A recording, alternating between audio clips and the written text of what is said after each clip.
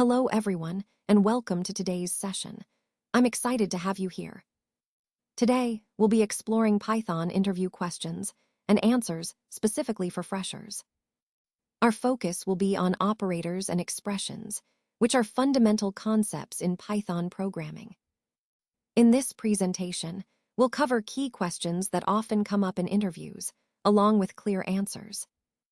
So, let's get started and dive into the world of Python operators and expressions. Let's start with the basic arithmetic operators that you'll encounter frequently. Addition, represented by the plus sign, is used to sum numbers together like 3 plus 5. Subtraction, indicated by the minus sign, helps us find the difference, such as 10 minus 4. Multiplication, shown by the asterisk, is used to multiply values, for example, 4 times 7. Division with the slash divides one number by another, like 15 divided by 3. These are the foundational operations you'll use in most calculations. Moving on to the more advanced operations, we have floor division, which is written as double slashes. It divides numbers but only returns the whole number part, like 7 2 equals 3. Then there's the modulo operator, represented by the percent sign, which gives us the remainder after division. So 7% 2 equals 1. Lastly, exponentiation is shown with double asterisks, and it raises a number to a power, like 2 to the power of 3, which equals 8. These operators are essential because they form the backbone of many programming and mathematical tasks. Understanding how they work allows us to perform complex calculations efficiently and accurately, connecting directly to our overall goal of mastering computational problem-solving. Let's talk about comparison operators, which are essential tools for making decisions in your code. First, we have the equality operator, which is written as two equal signs, equals equals. This checks if two values are equal. If they are, it returns true. If not, it returns false. Similarly, there's the not equal to operator, equals, which checks if two values are different. Now, moving on to ordering operators. The less than operator checks if one value is smaller than another. The less than or equal to operator checks if a value is either less than or exactly equal to another. These are useful when you're establishing ranges or boundaries. On the other side, we have the greater than operator, which tests if a value exceeds another, and the greater than or equal to, greater or equal, which checks if a value is either greater than or equal to a certain point. An important point to remember is that all these comparison operators return Boolean values, either true or false, making them perfect for control flow and decision-making. And here's a neat trick. Python allows chaining of comparison operators. For example, writing 1x less or equal 5 is equivalent to saying 1 and x less or equal 5. This makes your code cleaner and more readable when you're checking if a value falls within a range.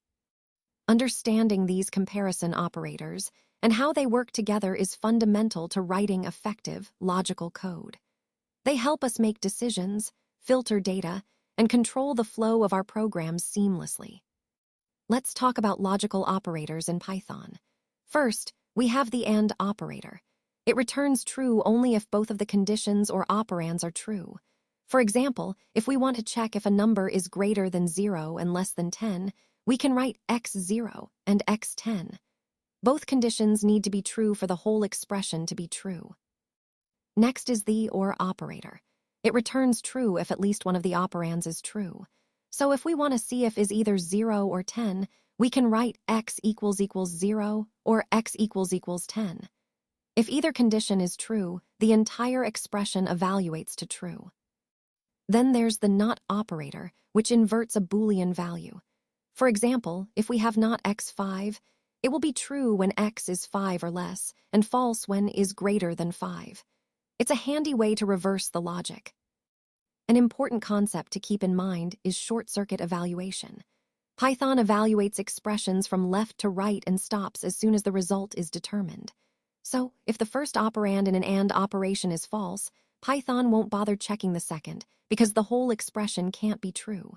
Similarly, with OR, if the first operand is true, Python won't evaluate the second. This makes your code more efficient and faster. Let's talk about operator precedence, which is really important when it comes to how Python evaluates expressions. Essentially, the order of operations matters a lot because it determines the outcome of calculations. Python follows a specific set of rules to decide which operation to perform first. At the top of this hierarchy are parentheses, represented by. Anything inside parentheses gets evaluated first, giving us the highest priority. This is useful when we want to control the order of operations explicitly. Next come exponentiation operations, which are written as asterisk. These are evaluated after parentheses and are used for powers, like squaring or cubbing numbers. Following that, we have unary operators like plus, and which are sign operators. They modify the value of a single number, indicating positive or negative, but they are processed after parentheses and exponents. Then come the multiplication, division, floor division, and modulus operators, written as asterisk, slash, and percent. These handle the core arithmetic operations. After these, we have addition and subtraction, represented by plus and. These are lower in the precedence hierarchy compared to multiplication and division, but are still crucial for combining numbers. Finally, comparisons come into play, which are even lower in priority. These are used to compare values, like greater than or equal to, but they only evaluate after all the previous operations are done. To make this clearer, consider the example 2 plus 3 asterisk 4.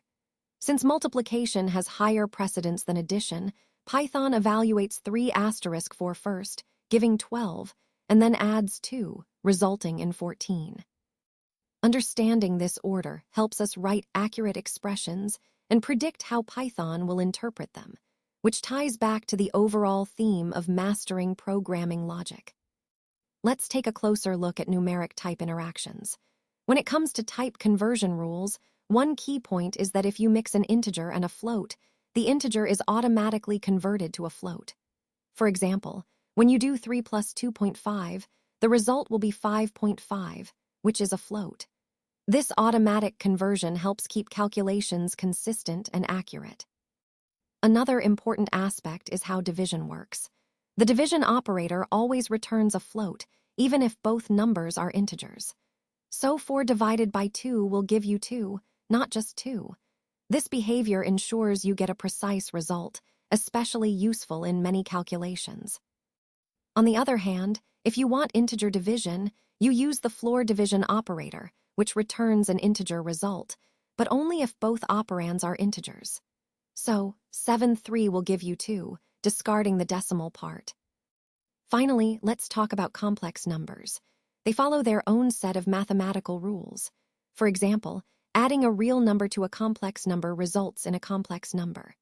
So, if you add 3 to a complex number like 2 plus 4j, the result will be 5 plus 4j. This consistency with mathematical rules makes complex numbers versatile in many applications. Understanding these type interactions is crucial because they influence how your calculations behave and help you write more predictable and accurate code. Let's dive into bitwise operators, which work directly on the binary representations of integers. These are particularly useful when you need to perform low-level operations, like manipulating bits directly. First, we have the bitwise AND operator, represented by the ampersand. It compares each corresponding bit of two numbers and returns 1 only if both bits are 1.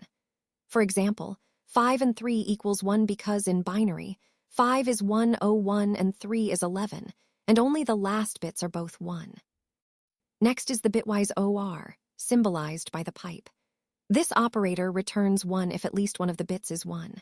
So 5, 3 equals 7, because in binary, 101 or 11 results in 111, which is 7. Then there's the XOR, or exclusive OR, shown by the caret. It returns 1 only if exactly one of the bits is 1, not both. For 5, 3, this results in 6, since 101 XOR 11 gives 110. The bitwise NOT operator, shown by the tilde, flips all the bits in a number. So, applying to 5 results in -6. This is because in binary, flipping all bits of 5's representation changes its value, considering 2's complement notation. Finally, we have shift operators. The double less than shifts bits to the left, effectively multiplying by 2 for each shift. Conversely, the double greater than shifts bits to the right, dividing by 2 and discarding remainders. These are powerful tools for efficient calculations and bit manipulation in low-level programming. Understanding these operators helps us see how computers handle data at the most fundamental level, which is essential for optimizing performance and resource management in complex systems. Now let's talk about membership and identity operators in Python, which are essential tools for working with data. First, membership operators, these are in and not in. They help us test whether a value exists within a sequence or collection. For example, if I check if A is in cat, the result is true. Similarly, if I see whether 5 is in the list 1, 2, 5, that's also true. Conversely, if I ask if 3 is not in the tuple 1, 2, 3, the answer is false because 3 is indeed in that tuple. It's important to note that when we're dealing with dictionaries, these operators check only the keys, not the values. Next, let's look at identity operators, is and is not. These are used to determine whether two references point to the exact same object in memory.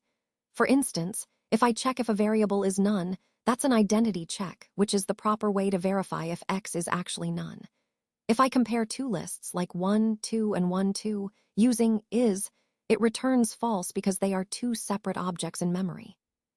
But if I compare them with equals equals, which checks for value equality, it returns true. Remember, for singletons like none, you should always use is because it checks the identity directly, ensuring your code behaves as expected.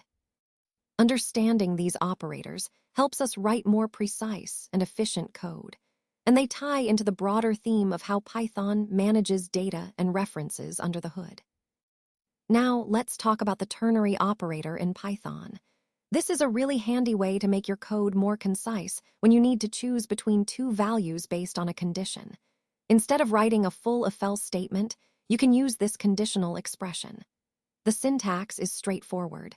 Value if true, if condition, else value if false.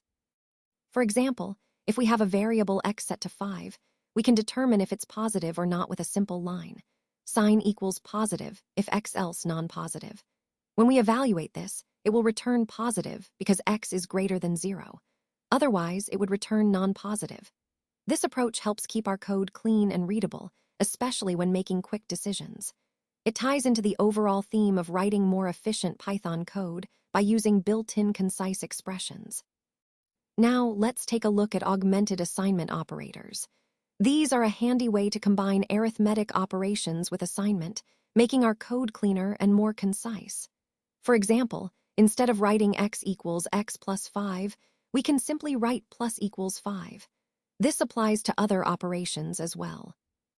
For subtraction, we use minus equals, like x minus equals 3, which subtracts 3 from x for multiplication. It's times equals. So x times equals 2, doubling the value of x when dividing, we use divided by equals, so divided by equals 4.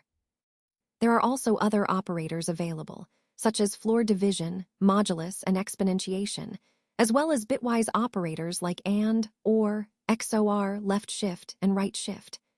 These modify variables in place, which is essentially the same as writing x equals x plus 5, but more streamlined.